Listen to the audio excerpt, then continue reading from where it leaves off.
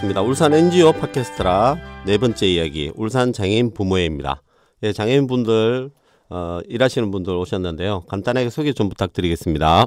네, 안녕하세요. 울산 장애인 부모회 이혜경입니다. 반갑습니다. 네. 안녕하세요. 부모회 사무국장 박진영입니다. 예, 오늘은 보조사회자로 한 분 더 오셨네요. 직접 소개 좀 부탁드리겠습니다. 네, 반갑습니다. 더불어숲 작은 도서관에서 활동하고 있는 시민활동가 최미아입니다. 예, 오늘은 이렇게 네 분이 이렇게 오셨는데요. 특별히 한 분 더 오셨습니다. 뒤에 보면 우리 이혜경 대표님 아들인데요. 김성현 군 뒤에 있는데요. 한 번씩 뭔가 소리가 막 날 수도 있습니다. 잡혀 있는 장애인 친구인데요. 이런 점도 재밌게 들어주시면 좋겠습니다. 예, 장애인 부모회 과연 언제부터 만들어진지 간단하게 누가 소개 좀 부탁드리겠습니다. 울산 장애인 부모회는 2004년도에 교육청 집회로부터 시작을 해서 교육청 사업을 하고 2005년 1월에 설립이 되어서 지금까지 활동해 오고 있습니다. 그렇다면 그때 2004년도에 네. 교육청 앞에서 왜 데모를 하셨습니까? 2004년도 좀 많이 까마득하죠. 옛날이긴 한데 그때는 거의 이제 울산의 장애 학생들의 교육에 대한 것이 거의 불모지나 마찬가지였습니다.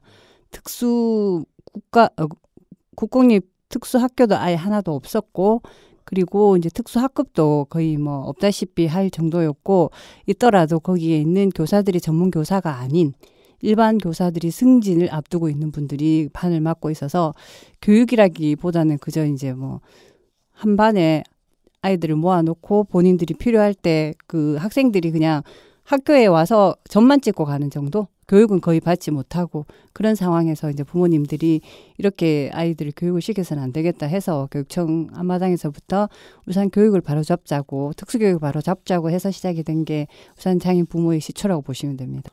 아니 그러면 그전에는 아예 모임이나 이런 것도 없었네요? 예, 거의 뭐 없었고 그냥 이제 치료실이나 복지관에 서로 이게 정보를 주고받고 교환하고 그 정도였지 모임이라든가 단체는 결성이 되어 있지 않았습니다. 그 이외에 뭐 장애인 총연합회나 이런 데는 있었지만 그쪽들은 거의 이제 뭐 신체장애인 위주로 되어 있다 보니까 사실은 저희 단체들이 요구하는 그런 내용들하고는 조금 거리가 멀었고, 지적발달복지협회죠. 지금 그 단체도 있긴 했었어요. 했지만 거기가 뭐 이런 교육 정책을 만드는 그런 데이기보다는 복지를 이렇게 베풀어 준다거나 해야 되나 서비스를 지원해 주는 그런 정도만 하고 있었지, 이런 뭐 교육청이나 시청을 대상으로 해서 정책을 마련하고 정책을 요구하고 이런 활동들은 거의 하지 않았습니다. 그렇다면 교육청에서 얼마 정도 데모를 하셨는지요? 저희가 42일인가 7일인가 제가 너무 가물가물해서 기억이 잘 안 나긴 하는데 예. 그때 저희가 한 집회 중에서 거의 뭐 신화처럼 그 시기에는 그렇게 길게 한 단체들이 사실은 잘 없었어요. 운동을 하는 단체들이. 근데 저희 울산 부모회가 그때 가장 길게 했었고, 그 이후에는 그게 시초가 되어서 그런지 계속해서 이제 하는 다른 타 단체들이 이런 집회나 이런 활동을 하며 있어가지고 기간이 자꾸 길어지더라고요. 저희가 만들어 온 기록들을 자꾸 깨어가고 있더라고요. 최대 그러면 언제까지? 거의 뭐 그러면 길거리에서 매일 노숙하고 뭐 이렇게 텐트 치고 이렇게 그랬죠. 예, 교육청 앞마당에서 지금은 아마 잔디밭으로 예쁘게 꾸며놨었는데 그 자리가 저희가 처음 시작했던 그 집회 장소였습니다. 그러면 보통 데모를 하기 전에 여러 가지 불만이나 이런 사항들이 있었을 건데 혹시 뭐 소위 말하면 과연 누가 주동을 해서 모아서 이렇게 하자 뭐 이런 작전 이런 건 없었나요?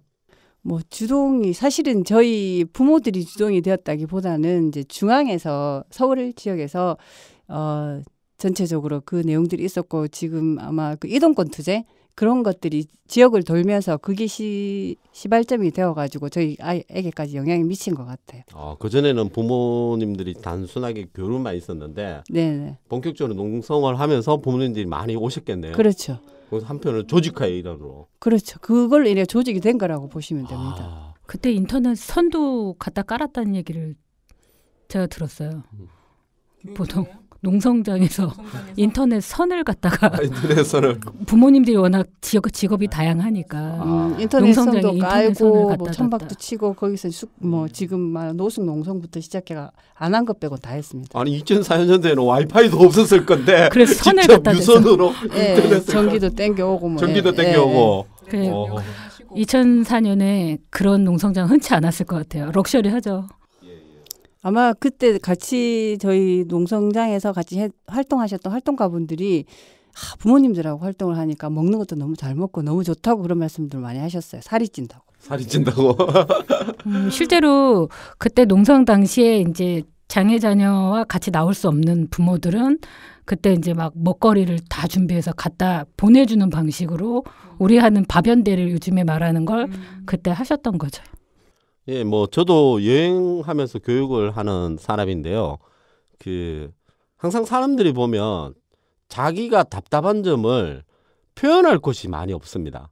아마 농성을 하면서 부모님들도 그 답답함을 정말 이야기를 많이 했을 것 같은데 주로 어떤 농성하면서 이야기가 나왔나요? 그 장소가 교육청이다 보니까 거의 그때는 학령기 부모님들이 거의 다 나오셨고 그러다 보니까 이제 학교에서 불편했던 점, 힘들었던 점, 그 자녀를 그때 같은 경우에는 입학하는 것도 쉽지 않았지만 입학을 해서도 거의 학교와 교사와 눈치를 봐야 됐어요. 그 아이에게 어떤 뭐 불편한 일이 일어났거나 어려움이 일어나면 곧바로 부모가 호출이 되니까 저희가 5분 대기조였고 복도에 5분 대기조였어요. 5분 대기죠? 예, 예. 학교에서 정말 실제로 부모님들 정문에서 가면 일을 안 하십니까? 뭐 그렇죠. 일을 할 수 있는 구조가 못 됐죠. 아, 거의 대부분요? 예. 아니면 뭐 누군가가 그 일을 대신해 주지 않는 이상은 내 아이를 누가 계속 옆에서 봐줘야 되는 부분들이 분명히 학교에 보내더라도 그런 것들을 계속 지원을 해야 되니까 그런 것 때문에 뭐 일을 가지려고 해도 가질 수가 없는 구조였죠. 그리고 우리나라 헌법에 보면 누구나 동등하게 교육을 받을 수 있는 권리가 있는데 이건 뭐 거의 장애인 부모님들이 다 해결해야 되는 구조네요. 그렇죠. 그 헌법은 그냥 상징적인 헌법이었고 저희가 느꼈던 거는 그 법의 범위 안에 테두리 안에 있다는 생각을 가지지 못했었으니까. 미아 씨 같은 경우 만약에 애를 보냈다, 5분 대기한다, 어떨 것 같아요? 그 심정은 처참하죠. 집도 아니고 복도에서 대기한다면 어느 정도인지 감이 옵니다. 저는 이 마음을 알아요. 왜냐하면 제 딸이 어린이집에를 갔는데 엄마랑 떨어지는 게 너무 어려워서 5분을 못 있었어요, 어린이집에. 그래서 저도 실제로 밖에서 오전 내내 대기를 했던 적이 있어요. 그래서 대기하면 뭐 선생님이 찾으면 들어갔다 다시 나오고 들어갔다 다시 나오고. 그래서 이 부분이 되게 와닿았어요. 그러니까 무엇을 할 수 있지 않은 편하게 커피 한 잔을 먹을 수도 없는. 네, 우리 성현이 친구가 갑자기 또 막 멍쩍벌쩍 뛰고 있습니다. 우리 성현이 이야기 좀 간단하게 좀 해주실래요? 어떤 장애가 있는지? 저희 아들은 자폐성 장애를 갖고 있고요. 뭐 자폐에다 지적도 약간 동반이 되어 있는 그런 장애를 갖고 있고 주로 이제 컴퓨터를 되게 좋아하고 휴대폰이나 이런 매체를 참 좋아합니다. 네, 예. 그리고 이제 뭐 자판기나 이런 걸 너무 사랑하기 때문에 하루에 한 번씩 꼭 자판기에 가서 먹이를 주고 자기가 먹을 걸 빼오는 그런 것들을 많이 하고 있고 예. 그러면서도 이제 좀 많이 밝은 편이고 뭐 장점도 찾아보면 여러 가지 제가 부모라서 그런지 모르겠지만 여러 가지 장점들도 참 많이 있어요. 온순하고 손조작이나 이런 것들은 또 잘하고 있고 만들기 이런 것들도 잘하거든요. 그러면 부모로서 성현이하고 떨어질 시간들이 있지 않습니까? 지금 혹시 어디 나가고 있나요? 울산 장애인 부모회 안에 그러니까 보건복지부에서 시행하는 시범사업 중에 주간활동 서비스라는 서비스가 있어요. 네. 그게 뭐냐면 이제 이 발달장애 특징이 굉장히 스펙트럼이 넓어요. 그러니까 이 친구하고 자폐라고 똑같이 않기 때문에 그룹화를 해요. 그러니까 케미가 서로 좋은 친구들끼리 그룹을 해서 선생님하고 부모가 우리 애를 한 달 동안 이렇게 교육 계획을 짜달라. 그러면 도서관을 좋아하는 친구면 같이 도서관을 가고 요리도 배우고 뭐 이렇게 해서 지역에 있는 이런 시설들을 이용하는 거죠. 그래서 성현 씨 같은 경우는 뭐 수영 좋아하고 뭐 그다음에 커피 타는 거 되게 좋아하고 그다음에 아까 식사 같이 해봤지만 너무 먹는 게 되게 중요하지가 않아요. 그러니까 딱 배만 부르면 되는 이제 성향을 가지고 있고 성현 씨가 글씨 진짜 잘 써요. 제가 회장님한테도 김성현체라고 하나 만들어서 해보면 어떻겠냐 이런 얘기도 했었고. 네, 예. 네. 그렇다면 2004년도에 투쟁을 하면서 이런 점이 좀 나아졌다. 물론 현재까지도 엄청나게 많은 문제가 많을 거라고 보는데요. 당시에 투쟁하면서 우리는 이건 성과다. 이런 게 좀 있나요? 교육의 현장이 거의 180도로 확 뒤집어졌다고 보시면 돼요. 예, 그때 당시로는 사실은 초등학교가 의무 교육임에도 불구하고 네. 갔다가 교사들에 의해서 다시 아이가 돌아오는 경우들도 분명히 있었고, 네. 근데 지금 같은 경우에는 뭐 원하는 학교에 내가 넣으면 얼마든지 들어갈 수가 있고, 그게 또 도움반이 필요하다고 하면 요청을 하면 요건을 맞춰가지고 그 도움반도 신설이 되고 있고, 교육적인 부분에 있어서는 사실은 많이 이제 어느 정도 인프라가 다 구성이 되고 있고 제도도 만들어져가 있는데, 이제 부분적으로 안에 세부적으로 들어가서 보면 이제 예를 들어서 인성 문제라든가, 왜 지금 뭐 장애뿐만 아니라 비장애인들도 마찬가지잖아요. 그런 네, 것들은 학교 폭력이라든가 이런 부분, 인식이라든가 이런 것들이 아직까지는 조금 부족한 부분들이 있고, 그 이외에는 지금 현재로는 뭐 다른 복지 분야보다는 교육적인 부분 좀 많이 마련돼 있다고 보시면 됩니다. 네. 그렇다면 그 이후로 이제 조직화를 엄청나게 했는데, 울산 장애인 부모회 법인인가요? 네, 사단 법인입니다. 그러면 여기는 장애인 부모회는 꼭 장애를 둔 부모만 가입할 수 있나요? 부모회 회원이 총 한 1,000명 정도 되는데요. 네, 1,000명. 이제 장애인 가족 회원이 한 800명 정도 되고, 네. 200명은 후원 회원이세요. 후원 회원. 네. 그래서 장애 쪽에 이렇게 운동하고 싸우시는 분들을 어쨌든 부모회가 좀 많은 일을 하고 있어서 후원으로 도와주시는 분들이 한 200명 정도 됩니다. 깨알 같은 광고입니다. 장애인 부모에 관심이 있으신 분은 꼭 장애 부모가 아니더라도 후원할 수 있는 누구나 여러 가지 길이 열렸다고 합니다. 그러면 총 장애인 부모에 1,000명의 회원 외에 일하시는 분들이나 어떤 기관들이 있는지 간단하게 좀 소개 좀 부탁드리겠습니다. 이렇게 설명해도 잘 모르실 수도 있을 것 같아요. 네, 근데 이제 괜찮습니다. 장애인 부모회의 그 회비를 가지고 이제 사업을 하는 이제 사무국이 있고요. 그다음에 이제 장애인 가족 지원센터라고 해서 시에서 이제 지원을 받아서 장애인 가족들, 뭐 어려운 가족들이나 그다음에 사례들을 이제 돌보는 그런 지원센터가 있고, 그다음에 현장 중심 직업 재활 센터라고 해서 거기는 이제 장애인 자녀들이 실제로는 어딜 직장을 가면 적응을 잘 못해요. 그래서 직무 지원을 해주는, 그걸 병행하고 하는 훈련생들을 모집해서 저희가 같이 들어가는 거 이 센터에서 하고 있고요. 학교 졸업 후에 가는 거죠. 전공과라고 해요. 전공과? 특수학교에 보면 전공과부터 시작해서 이제 성인기 장애인들이 갈 수 있도록 돼 있는 센터가 있고, 그다음에 장애인권센터라고 해서 요즘은 직장 이제 장애인식 교육도 하잖아요. 근데 이제 학교나 이렇게 시설 이런 데 장애인식 개선 교육을 하러 우리 부모의 엄마들이 이제 강사가 돼서 이제 파견을 하고 있죠. 그래서 이제 강의도 나가고요. 또 집행부는 한 여러 명 정도 돼요. 구군별로 3명씩 해서 15명의 회장단 막 이렇게 해가지고 숫자는 참 많고 다들 열일을 하세요. 와서 보면 거의 뭐 전 회원의 혹시 간부와 이런 거 아닙니까? 다 합쳐봐야 한 40명이 안 돼요. 그런데 네. 어쨌든 다들 이 부모가 인식 개선을 위해서 싸워야 된다는 생각들을 다들 하셔서 뭐 특수교육 지원청 가서도 특수교육 대상자 뭐 선정될 때 부모 마음으로 선정을 하고 네. 이런 것들도 다 열일을 하세요.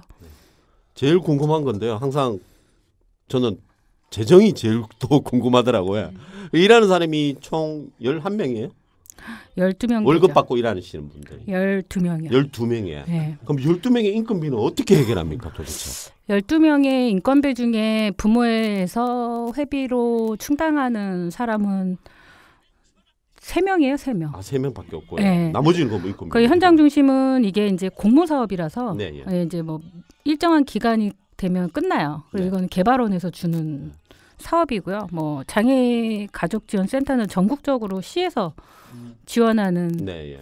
거고, 뭐 인권센터 같은 경우는 강사비 받아서 강사비를 가져가시는 거니까 그렇죠. 굳이 이제 저희가 그렇죠. 급여를 주지는 않아요. 그다음에 네. 회장단이나 뭐 집행부들은 다들 그냥 거의 제가 볼 때는 안 받는다고 생각하실 정도로 약간의 차비 정도. 차비 정도. 네, 그 정도로 활동을 하시는 거죠. 네. 제가 볼 때도 이혜경 대표님이 전국적으로 막 투쟁하러 다니고 돌아다니고 정말 일을 많이 하시더라고요. 서울에 자주 가시죠? 예, 예. 자주 가는 편입니다. 제가 평생을 살아가면서 우리 아들 덕에 서울 구경을 원 없이 하고 있는 것 같습니다. 특정 지역만 서울에도. 아니 그렇게 정말 궁금한 거는 그 서울에 가면 정말 1박 2일 하는 경우도 있지 않습니까? 네. 그러면 성현이는 어디 맡겨요? 뭐 때에 따라서는 이제 거기 남편이랑 같이 합의를 해서 시간을 조율을 하는데 그게 잘 안 될 경우에는 같이 가는 거죠. 본인의 우리 아이의 스케줄, 성인 스케줄을 그냥 제가 마음대로 갈취하는 거죠.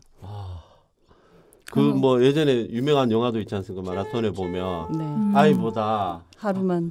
더 네. 그 심정인 것 같아요, 그죠? 뭐 그렇죠. 지금도 녹음하면 이렇게 같이 있어요. 같이 있는 이유가 이 친구가 같이 있어야 좀 편안한. 부모가 편안한 걸 수도 있어요. 서로가 편안. 그런 부분에서는 되게 불안한 측면들이 많겠습니다. 그렇죠. 아직까지 지금 제가 아까 우리 단체 말씀드리면서 학년기는 조금 그래도 어느 정도 정책이라든가 이런 게 다 정착이 되어 가고 있는 중인데 네. 성인기 같은 경우에는 사실은 여러 가지 제도들이 아직 많이 미흡하기 때문에 그래서 저희가 이번에 이제 발달장애 국가 책임제에 관련된 것들을 하고 투쟁을 하고 있는 것 중에 하나이거든요. 지금 같은 경우에 이제 비장애인 분들은 사실 시설이나 이런 이런 곳에 가는 거를 다들 그냥 봉사하러 가는 거 정도로 알고 있지 네. 그 안에 내막이나 내용이나 이런 거에 대해서는 사실은 잘 깊이 이해를 하지 못하는 부분들이 많이 있는 거죠. 근데 그런 시설들조차도 사실은 못 들어가는 상황들이 있는 거예요. 근데 사실 그런 쪽에는 저희는 보내고 싶지 않은 마음이 있기 때문에 이런 활동들을 또 하고 있고 그래서 이제 뭐 제가 살아 있는 동안은 어쨌든 이런 방식이든 저런 방식이든 아예 맞춰가지고 뭔가를 해주려고도 노력을 할 것이고 제도도 만들려고 노력을 할 건데 그 이후의 삶에 대한 것들이 아직 담보가 되어 있지 않다 보니까 사실은 많이 불안한 부분이 있죠. 그렇다면 아까 말이 나왔는데요. 본격적으로 뭐 궁금한 것들을 해결해 봅시다. 그러면 그 발달장애 국가 책임제라는 것이 주로 어떤 내용입니까? 말은 충분히 이해되는데 어떻게 책임지라는 요구죠? 일단 발달 장애를 먼저 설명해야 될 것 같다는 생각이 들거든요. 네, 예. 그러니까 이제 발달 장애를 많이는 들어봤는데 발달 장애를 이제 풀어서 하면 자폐성 장애, 지적 장애, 그다음에 정신 장애 이렇게 세 부류를 합쳐서 정신장애 아니래요. 정신장애 아니랍니다. 자폐성하고 지적장애만 예. 예, 발달장애로 넣어서 네. 예, 그렇게 되고 울산에 한 4,000명 정도가 울산에 4,000명이에요. 예, 4,500. 4,500. 그 정도 된다. 조금 거의 안 돼. 5,000명 됐는데 딱 그게 우리가 5만 좀 넘거든요. 네. 장애인 수가. 예. 그리고 해보면 좀 비율적으로 봤을 때 많은 숫자인데 그다음에 이게 뭐 이 뇌병변까지 다 친구들은 사회생활을 전혀 못하는 거죠. 전혀는 아니지만 전혀는 아니지만 할 수는 있어요. 그리고 그러니까 일도 하고 있는데 누군가의 도움을 네. 줘야 가능한. 네, 근데 이제 워낙 그 발달장애 쪽이 인권 침해를 많이 받잖아요. 뉴스에 보면 막 소금 연전 이렇게 나오는 데가 다 그 발달장애 장애인들이거든요. 그러니까 부모님들이 일단 사회에다 내보내기가 너무 안전하지 않은 장치가 없으니까 안전한 장치가 없으니까 내놓지를 못하시는 것 같아요. 그래서 그 발달장애를 이번에 문재인 대통령이 치매를 국가에서 책임지겠다라고 하는 걸 딱 얘기하는 순간 치매도 책임지는데 왜 발달장애를 책임 안 져? 왜냐하면 그냥 참 싫어하는 말일 수도 있어요. 우리 내부에서 부모님들도 참 싫어하는 말인데 젊은 치매라는 얘기 하거든요.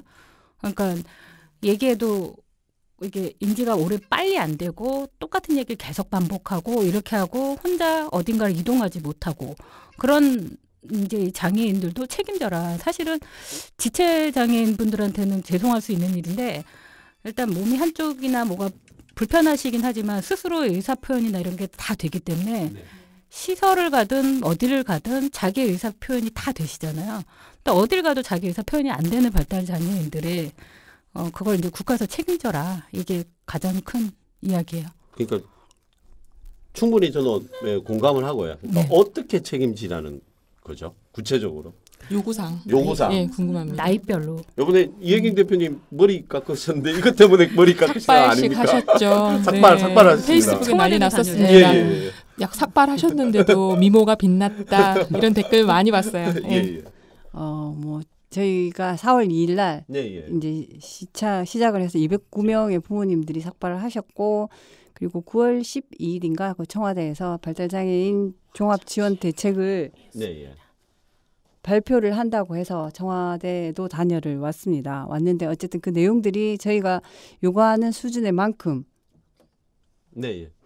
이제 다 와닿지는 않았고 어쨌든 우리가 이런 활동들을 하고 있는 것들을 국가에서 이제 알고 있고 인정을 해주고 이 부분에 대해서 살펴보겠다라는 대답을 받았는데 큰 의의가 있는 것 같아요.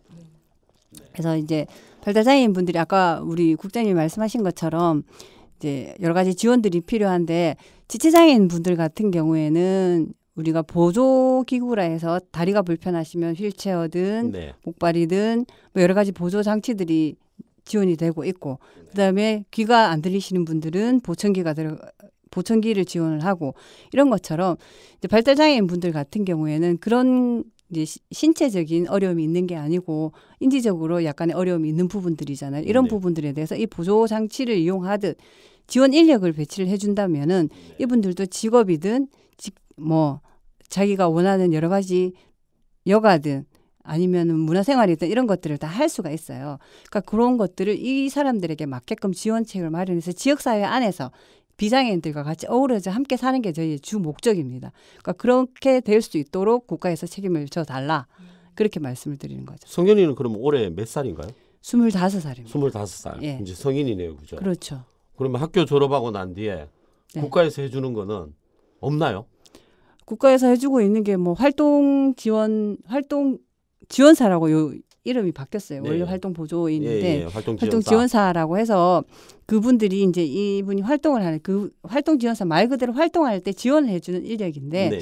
이것조차도 이제 신체 장애인들과 이 발달 장애인들이 그 평가표가 있어요. 네. 이분들의 무작정 시간을 주는 게 아니기 때문에 그 시간을 주는 게 신체 장애인 분들은 신체 장애인 그거에 이제 숟가락을 들 수 있는지 뭐 걸을 수 있는지 이런 것들을 해서 아, 이 사람에게 몇 시간이 필요하겠구나 이렇게 주는 것처럼 우리 발달 장애인들도 마찬가지로 그 평가표를 가지고 시간을 주는데 중증 장애인임에도 불구하고 신체 장애인들과 비교했을 때 그 시간이 짧아요. 하루에 어느 정도인가요? 저희 같은 게 1급인데 어쨌든 거기에 그 평가표의 점수가 2급으로 돼가지고 94시간 정도 나와요. 그럼 94시간 한 달에 94시간. 한 달에 94시간 네. 맞으라. 네. 더 이상 쓰면 안 된다. 그렇죠. 하루에 3시간만 활동할 수 있어요. 3시간만. 네. 정원 3시간 정도만 활동할 수 있고 이걸 또 덧붙여서 이제 보면 이게 이제 신체적으로 이제 제약을 받는 분들은 숟가락을 들 수 있냐 없냐 이렇게 이제 하지만 발달 장애인 분들한테 숟가락 들 수 있어? 밥 먹네? 대답 잘하네? 버스 타? 그러면 이제 시간이 안 나오는 거예요. 이게 한마디로 말하면 등급제네요. 등급제인데 그러니까 이제 몇 등급 몇 지체 등급. 위주에다가 맞춰놨기 때문에 발달 장애인들은 그게 해당이 안 돼요. 그러니까 걸어 다닐 수 있고. 안타. 네, 버스를 안 탄대요. 우리 성현이가 버스를 안 탄대요. 이 질문을 하루에 한 울산 10번 정도 해요. 똑같은 대답을 해야 되는. 근데 뭐냐면 시간을 딱 그런 있어요. 발달 장애에 맞는 질문을 하지 않고 신체 장애에다 맞춰서 질문을 해놓고 뭐 들었네, 버스 타네, 밥 잘 먹네 이러고 가요. 그래서 부모님들이 막 미치는 거죠. 제가 알기로는 그래서 그 등급제를 없애자 이런 이야기가 있더라고요.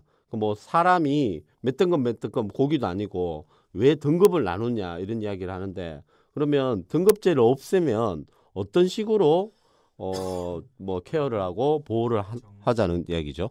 점수제로 하자고 점수제. 하는 거예요. 예. 근데 이제 그것도 지금 표가 질문지가 있어요. 그래서 이제 더 이제 좀 디테일하게 뭐 이렇게 유형별로 맞춰서 해보겠다고 했는데 등급이 점수로 살짝 바뀌는 거하고 이제 발달 장애는 조금 이제 그 동안에 이제 피해를 봤던 부분이 있으면 조금 도움이 된다라는 평들은 있는데 시각 장애인들은 또 외래 활동 보조 시간이 좀 깎인다.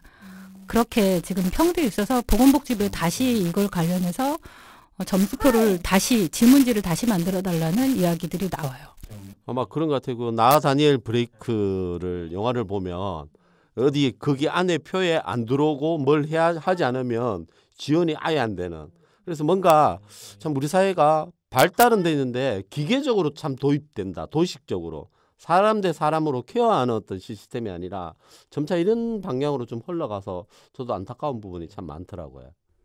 실제로 발달장애 쪽은 스펙트럼이 정말 넓어서 정말 다양하죠. 너무 다양해. 한 명도 저는 봤는데 똑같은 사람이 한 명도 없더라고요. 그렇다 보니까 이게 질문지가 과연 이게 맞는 건가라는 생각이 드는 거죠. 저도 공감이 갑니다.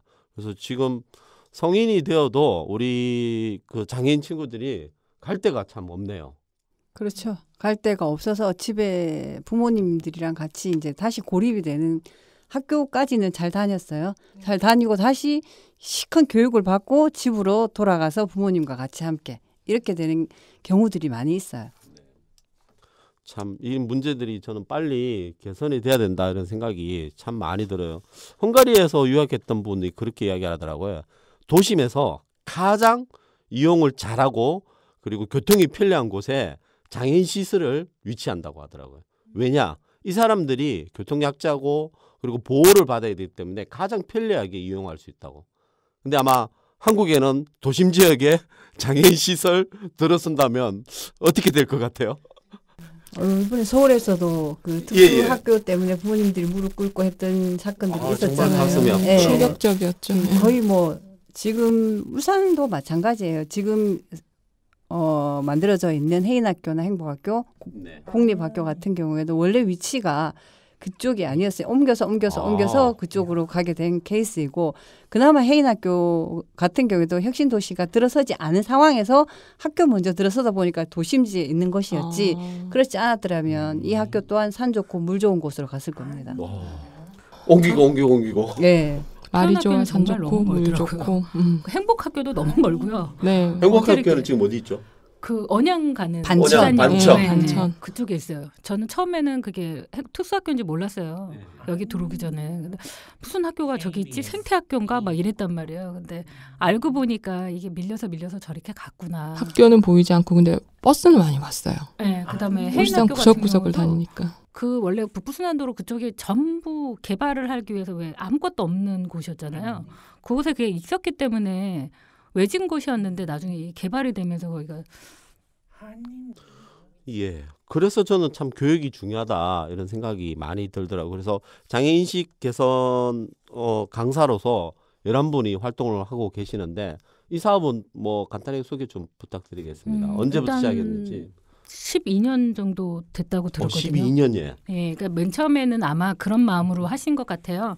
부모님들이 자기 아이들을 이제 장애 인식 개선을 하기 위해서 부모님들이 시작한 이제 강사로 나가서 내 아이가 차별을 받지 않게 하기 위해서 아마 시작한 센터예요. 그래서 계속 오래 하신 분들은 10년 넘게 계속 하고 계시고 이제 직장 인식 개선 이런 것도 하기 위해서 교육도 받으시고 계속 공부하시고 하시거든요.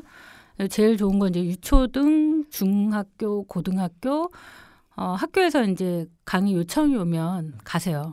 가셔가지고 뭐 비용 사실은 뭐 별로 안 받고 왔다 갔다 차비 뭐 이렇게 해보면 얼마 되지 않지만 그래도 이제 아이들을 위해서 내 아이가 조금 더 안전한 공간에서 이제 활동할 수 있도록 하기 위한 인식 개선 교육인 것 같아요. 그리고 두 분 다 그러면 강사? 저는 저희는 아닙니다. 발끝도 못 따라갑니다. 강사는 강사 양성 과정을 저희는 또 예. 거쳐거든요. 예, 그 거친 그 분들에 한해서 강사 자격이 주어지고 그분들이 활동을 하고 전문 계십니다. 교육을 받으신 분께서 예. 실질적으로 학교에 가시는 거죠. 매해 이 과정을 해요. 근데 이게 워낙 많은 시간을 자기 시간을 투자해야 되기 때문에 참 끝까지 남는 분이 잘 없으세요. 어느 정도 교육을 받으셔야 되죠? 한 100시간? 100시간? 네, 그렇게 정도 받으세요. 그러니까 뭐 상하반기 막 해가지고 해보면 이게 거의 일주일에 한 번은 계속 부모회를 와야 되는 거죠. 그러면 사실 쉽지 않은 도전이기도 한 것 같아요. 우리 박진영 사무국장님은 학교에 한번 강의도 가신 걸로 제가 알고 있는데. 그때 가서 거의 협박을 했어요, 애들을. 저도 들었습니다. 너무 직접적으로 해야 되죠. 갔는데 예. 쉬는 시간에 먼지가 나도록 놀더라고요. 네, 예. 놀아야죠. 네. 그런데 이제 딱 수업을 시작하려고 그러니까 화장실도 가고 싶고 졸립고 막 난리가 난 거예요. 예. 근데 이제 저는 사실은 강의란 걸 해본 적이 없지만 가서 이제 얘기한 거는 어릴 때 철없이 하는 당신들의 그 장애인 학대가 당신한테 화살로 돌아올 수 있다. 당신이 함부로 하는 그 말들이 장애인 당사자들한테는 평생의 한으로 돼서 그런 당사자를 봤어요. 40 넘어서까지도 중학교 때 돼지라고 한 그 친구를 지금도 기억하는 당사자가 네. 있고 그래서 그 앞으로 연예인이 될지도 모르잖니 니들이? 그러니까 말을 잘해. 그래서 쇼미더머니 뭐 이런 데 보면 말 잘못해갖고 하차하는 애들 봤잖아. 예, 예. 니들도 그럴 수 있어. 그러니까 항상 말이나 행동이나 이런 것들을 잘하라고 그렇게 했어요. 그리고 NGO 활동가가 의외로 인공지능이 못하는 것들을 할 수 있다. 그러니까 한번 해봐라 이렇게 얘기하고 갔어요. 뭐 학교에 가서 정말 이게 절실하게 필요한 어떤 강의임에도 불구하고 강사단은 뭐 많이 계시겠지만 좀 많이 그래도 부족한 부분이 많겠네요. 예, 그리고 이제 연세 그러니까 10년이 넘었으니까 예, 예. 이제 젊은 사람들이 계속 투입이 돼야 되거든요. 네. 네, 그렇죠. 그 왜들이면 학생들하고 눈높이를 좀 맞출 수 있는 젊은 분들이 들어오셔야 되는데 이제 그런 부분이 좀 안타까운 것 같아요. 그러니까 그런 수준이 계속 좀 이렇게 눈높이를 맞추는 수업들이 되게 필요하거든요. 네. 그래서 그런 부분들을 자꾸 개발하려고 노력하고 계시고 그러긴 하십니다. 강사단도 부족하답니다. 관심 있으신 분은 지원하셔가지고 네. 물론 100시간 교육 받아야 심지어는 되겠지만 강사단 그 교육할 때 오시는 강사분들이 너무 좋은 분들을 예, 예. 배치하거든요. 네. 꼭 오세요. 저도 한번 들었는데 이 교육이 정말 중요하다고 생각되는 것이 이렇게 들으면 새롭게 이렇게 생각할 지점들이 참 많더라고요. 자연스럽게 그 학교에서도 교육이 많이 이루어져야 되는데 오히려 그렇게 필요성이 있는 학교에서 특히 사회적 약자이기 때문에 가장 약자이기 때문에 학교 폭력이 참 많이 일어날 것 같아요. 뭐 이런 데 대해서 민원이나 이런 것들이 많이 들어오나요? 부모회에 제일 많이 들어오는 것 중에 하나가 이제 주간보 센터나 시설에서 쫓겨났다. 쫓겨났다. 그다음에 예, 학폭을 위원회를 열었는데 너무 나한테 우리 아이한테 불리하게 뭔가 작용했다든지 그다음 우리 애는 가해자지만 실질적으로는 피해자다. 이런 이야기들이 진짜 많이 들어오고 뭐 장애 판정 받았을 때 우리가 뭐 어떻게 되냐 이렇게 부모들이 이제 상담이 들어오는데 제일 참 견디기 어려운 게 학폭 관련된 일인 거예요. 그래서 우리가 이제 뭐 2차 가해니 이런 것 때문에 사실은 이제 회장님은 회장님대로 저는 저대로 이렇게 듣고만 있고 뭘 해줄 수 있는 건 없는데 여기도 백인 것 같다는 생각이 들더라고요. 백이야? 어떤 그러니까, 백이요? 예, 예를 들면 이제 저는 학교 폭력이 일어나면 전 경찰서로 가야 된다는 생각이 들어요. 왜냐하면 그 상황만을 딱 보고 가해고 피해라면 이걸 학폭에서 할 필요가 없는 거예요. 그냥 경찰 가면 얘는 가해자고 얘는 그런 피해자인데 중요한 거는 이 애가 왜 가해를 했을까? 그다음 이 애는 왜 맞았을까에 대한 좀 역사적인 인과관계들을 좀 파악하는 걸 위원회가 해야 되는데 그렇지 않은 거고 그다음에 이게 비장애들이 다수잖아요. 네. 그 비장애가 다수인 곳에서 위원회를 구성하면서 알고 봤더니 그 가해 엄마의 뭐 친구의 누구 뭐 이런 식으로 위원회가 구성되는 경우가 많이 있더라고요. 예, 그러니까 이제 힘 없고 소수인 사람들이 몰려요. 이 당사자들이 모두 위원회고 예, 예, 가해를 했거나 네, 뭐 사례가 피해를 많다는 당했다 거죠. 하더라도 네. 이런 사례가 굉장히 많은데 얼마 전에 뭐 저도 이제 페이스북에서 봤을 때 뭐 변호사를 어떤 사람을 쓰냐 막 이런 글을 보면서 예, 약간 이게 힘이 있느냐 없느냐가 사실 위원회에서도 많이 아니, 한다. 정말 이해가 안 되는데 사회적 약자로 보면서 교육적으로 같이 이루어져야 할 공간에서 오히려 거기서 힘의 역관계가 나타난다는 그러니까 거예요. 예를 딱 하나를 들자면 어떤 애가 계속 맞았어요. 장애 아이가 맞았다고요? 계속 맞았어요. 얘는 계속 맞았기 때문에 하루는 이런 생각을 한 거예요. 자기가 안 맞으려면 칼을 들고 가야겠다. 아니, 안 맞으려고. 예, 예. 그러다 이제 자꾸 성기를 만지고 이래서 오, 그러니까 자기 팬티에다가 그걸 넣었단 말이에요. 성기를. 예. 너무 자세히 얘기하면 안 될 것 같다. 근데 예를 들면 그러니까 칼을 들고 갔다로 잘라주세요. 근데 아니, 칼을 괜찮습니다. 칼을 들고 갔어요. 칼을 들고 가서 때리려고 하니까 칼을 들고 이제 막으려고 했을 거 아니에요. 계속 맞았단 말이에요. 그런데 그 애가 선생님 얘가 칼로 나를 찌르려고 했어요라고 이르는 거예요. 그 순간에 얘는 100차례 뭐 가해를 계속 받았는데 그러면 맞는 동안 선생님 뭐 하신 거예요? 없는 데서 맞았겠죠. 그다음에 보통은 내가 맞았다고 말하거나 표현할 수 없는 애들이에요. 발달장애 애들이. 그러니까 이제 그 상황이 딱 됐을 때는 칼을 들고 찌르려고 한 가해 학생이 돼버린 거죠. 그 순간만 보고 네. 그동안의 과정을 보지 않고. 네. 그 순간을 딱 학폭에서는 가해자, 반성문서, 뭐 전학가 이런 결정을 내리는 거죠. 근데 학교에서 그렇게 할 것 같으면 저는 경찰서로 가서 가야 된다고 생각이 들더라니까요. 너무 극단적일 수 있는데 화가 나더라고요. 그래서 일단 그 선생님께서 그 과정을 좀 관심을 가지고 봐주시고 그러기엔 너무 선생님들이 바쁜 것 같아요. 그렇죠. 그리고 장애인 인식 자체가 교사들에게도 사실 없잖아요. 그러니까 학교에 강의를 장애인식 교육을 가면 선생님들은 딱 그때 이제 밖에 나가시는 거예요. 이게 한국의 시스템이 보니까 그러니까 어떤 문제가 발생하면 해결하려고 하는 게 아니라 정리하려고 그러는 네, 거죠. 정리하고 네. 피하려고 하고 이런 분위기가 참 많은 것 같아요. 제가 아까 말씀드렸던 헝가리 그분은 자기가 동양인이고 헝가리에 오래 살고 자기 아이가 얼굴에 점이 이렇게 컸대요. 그래서 점박이라고. 근데 유치원 때 놀았는데 그 심지어 애들 사이에 놀릴 수 있지 않습니까? 그래서 놀렸대요. 그리고 뭐 별일 없었는데 밤에 선생님이 전화가 왔더래요. 아, 학교에서 이런 일이 있었다. 엄청 심각하게 전화했어요. 예. 심각하게. 그리고 제 책임이고 이런 부분에서 그 놀리던 친구한테 이렇게 하면 안 된다고 교육을 했다 하고 안심하고 끊었는데 가해 부모가 다시 찾아왔더래요. 정말 미안하다고. 애 교육을 다시 시키겠다고. 예, 그런 이야기를 하더라고요. 신체뿐만 아니라 정신적 가해에 있어서도 상당히 중요한 문제로 생각을 하셨던 것 같아요. 그렇죠? 네, 맞습니다. 네. 네. 혹시 뭐 미아 씨는 또 궁금한 거 없나요? 궁금한 거요. 궁금한 거야 너무 많지만 이 짧은 시간에 다 해결을 할 수가 없는데요. 뭐 그중에 조금 더 여쭤볼까요? 지금 최근에 울산 이슈들 중에서 국립병원 이런 것들 있잖아요. 장애인 부모의 입장에서도 굉장히 중요한 문제인 것 같은데 그 부분 잠깐 좀 언급해 주실까요? 국립병원을 유치하기 위해서 부모회는 총력을 다해서 열심히 하고 있습니다.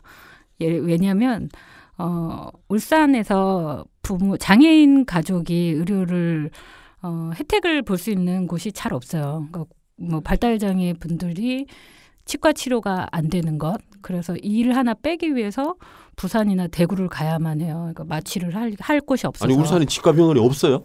예, 없어요. 그래서 진짜요? 네. 장애인을 이렇게 전문으로 하는 곳이 있어야 돼요. 그리고 응급 치료 마취 의사가 다 같이 있는 종합병원이 있어야만 돼요. 예, 그다음에 치과가 1층부터 엘리베이터가 있는 곳이 잘 없어요. 그래서 이제 뇌병변 같은 경우도 보면 이렇게 몸이 막 꼬이시기 때문에 마취 없이는 할 수 없는 치료들이 많은 거죠. 그럼 치료를 못 받는 거네요, 그냥. 네, 그러니까 막 우리가 참 치통이라는 게 엄청난 거잖아요. 네, 그렇죠. 그런 거를 호소도 할 수 없는 표현력을 가지고 있고, 그다음에 뭐 앞니가 빠지고 이가 빠져도 뭐 사회생활이 어렵고 되고 안 되고 이런 문제가 아니라 그냥 갈 수가 없어요. 그러니까 이 하나 빼고 이거 CT 찍으러 부산 갔다 다시 오고 다시 갔다 다시 오고 그런 쪽에서 굉장히 취약한 도시가 울산이다. 뭐 재활병원도 그렇고 뭐 국립병원도 그렇고 그래서 이게 소수를 위한 공공형 병원은 분명히 있어야 되는 거다라고 해서 부모회는 아주 열심히 참여하고 있습니다. 뭐 정말 할 게 너무 많은 것 같은데요. 공공병원도 만들어야 되고 장애인 등급제도 개선해야 되고 폐지해야 되고. 그래서 동쪽으로 갔다 서쪽으로 갔다 동분서주하고 있습니다. 아니 장애인 부모의 간부 19분들은 서로 하시려고 합니까? 안 하려고 하시죠. 많이 힘들어 하십니다. 네, 우리 이혜경 대표님도 대표님 오래 하셨죠? 그렇죠. 완전 장기 집권 하고 있습니다. 장기 집권 몇 년 하셨습니까? 5년 차입니다. 5년 차입니까? 네. 활동으로 치면은 거의 뭐 창립 때부터 있었기 때문에 네, 예, 뭐 그렇습니다. 5년을 본인의 의지가 아닌 사실 그 뒤를 이으실 분이 없어서 그런 거죠. 그럼 너무 슬프잖아요. 제가 의지를 했다 할게요. 예. 근데 그렇게 하게 된 배경이 뭘까요? 장기 집권하게 된 혹시 권력력이 있는 거 아닙니까? 권력력이 있으시진 않으세요? 아 그래요? 어쨌든 해야 되는 일이기도 하고 네. 또 내 아이의 일이기도 하고 네. 어쨌든 사회가 변해야지 약자들이 쉽게 여기서도 다 여기든 저기든 어디에서든 다 살아갈 수 있다라는 생각들을 활동을 하면서 더 많이 느끼게 되었기 때문에 우리가 이 단체가 많이 필요하고 단체 활동들이 꼭 필요하구나라는 것들을 활동하면서 계속해서 더 느끼게 되니까 이 여기에서 늪처럼 자꾸 나오는 게 아니고 안으로 자꾸 들어가게 되더라고요. 2004년 데모 시작 이후로 늘 데모가 아닌 적이 없으셨던 것 같네요. 뭐 그렇다고 봐야죠. 그래도 그 시기보다는 지금은 그래도 많이 상황적으로 보기에도 그렇고 많이 나아진 부분들이 있고 그렇게 나아지는 모습들이 있으니까 변하는 모습들을 보니까 또 이 활동을 하는 또 보람을 느끼게 되고 그래서 또 더 하게 되는 것 같아요. 네, 안 그래도 뭐 저도 장애인 부모님들이 많이 만나는데요. 그 만나시는 분들이 항상 하시더라고요. 이야기하시는 것이 2004년도 데모 이후에 오히려 우리가 그 답답함을 이야기해서 좋았다 이런 이야기를 많이 하시더라고요.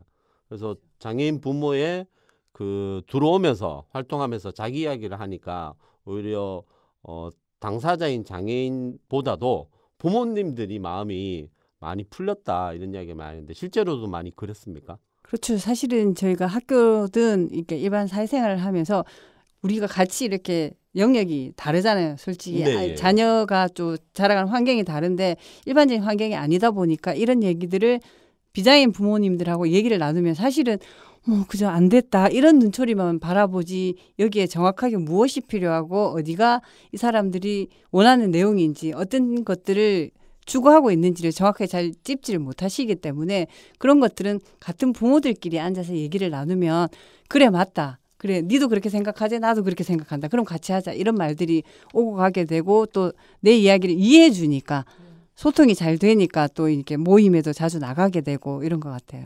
그러니까 저는 연대라는 게 동등한 입장에서 같이 봐주고 이야기하는 거라고 생각하는데 오히려 동정으로 바라보는 경우가 참 많겠네요. 그렇죠.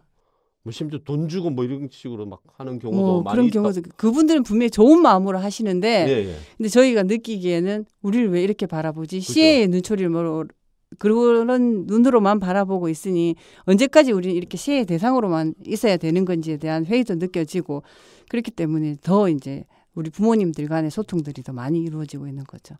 네, 얼핏 투쟁하면서 어떤 분이 그렇게 이야기를 하시더라고요. 그 감옥 구치소에 들어갔는데 그 하루 동안 오히려 구치소에 들어가는 동안에 자유를 느꼈다고 하더라고요. 그럴 수 있죠. 그러니까 뭐 이제 항상 뭔가 일을 해야 되고 아이를 봐야 되고 근데 아이를 이제 안 봐도 되니까 오히려 우리끼리 그 부모님들끼리 같이 있는 그 시간들 그런 시간을 한 번도 가져본 적이 없대요. 그렇죠. 쉽지 않죠.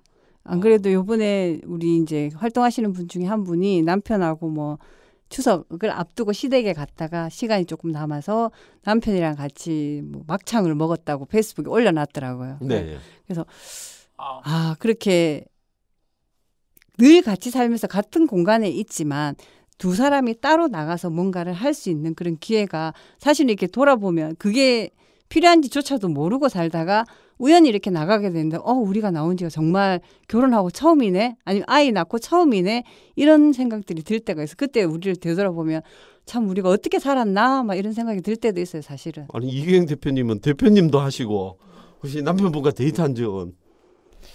남편분이 한번 그런 얘기 하셨어요. 예. 나라를 구하러 다니나.